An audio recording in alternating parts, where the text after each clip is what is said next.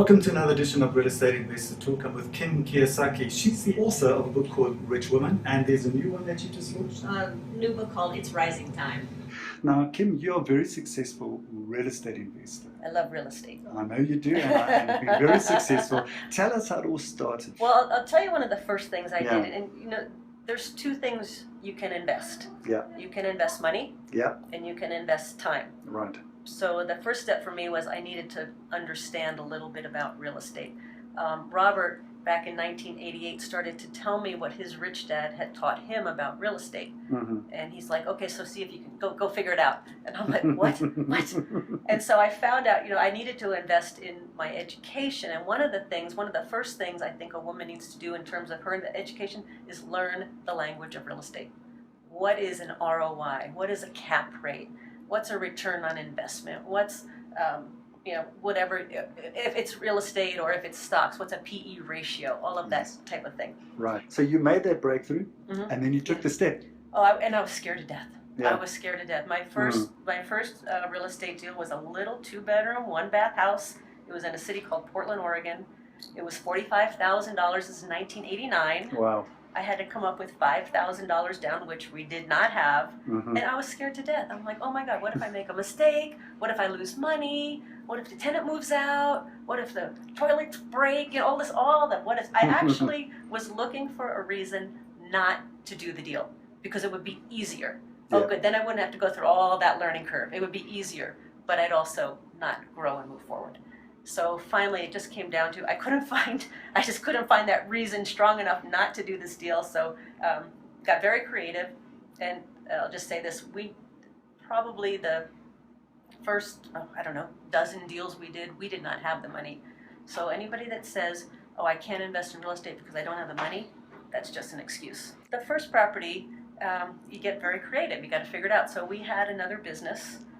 We were in an entrepreneur seminar business. And so we're like, okay, so we need $5,000 down. So what we did is we created a product. We just made it up, right? Made up a new product. It was an audio product, and we pre-sold it.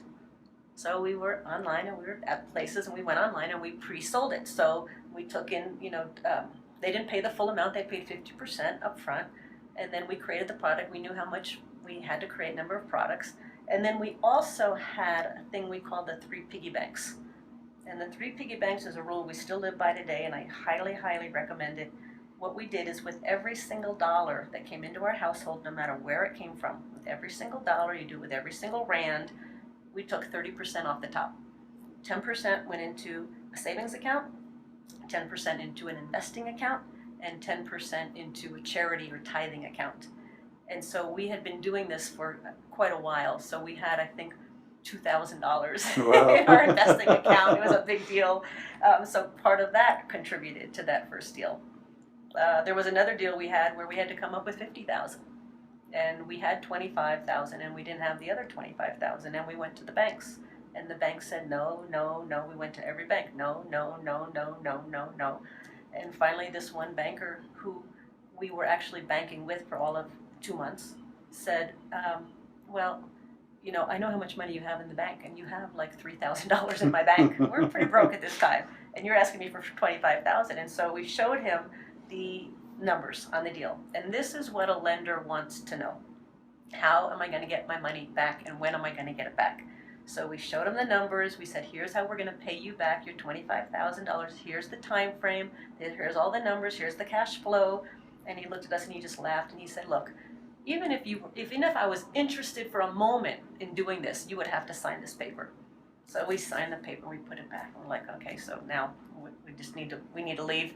He goes, no, I'm going to give you your money. And he took a chance on us. Wow. And we still know that David Riffle was his name, and Wow. we still know of him, and we've paid him back, and that deal was a great deal for us. Fantastic. So never let I don't have the money stop you, because there's always a way, and actually not having the money was probably the best thing because it allowed us to get very, very creative.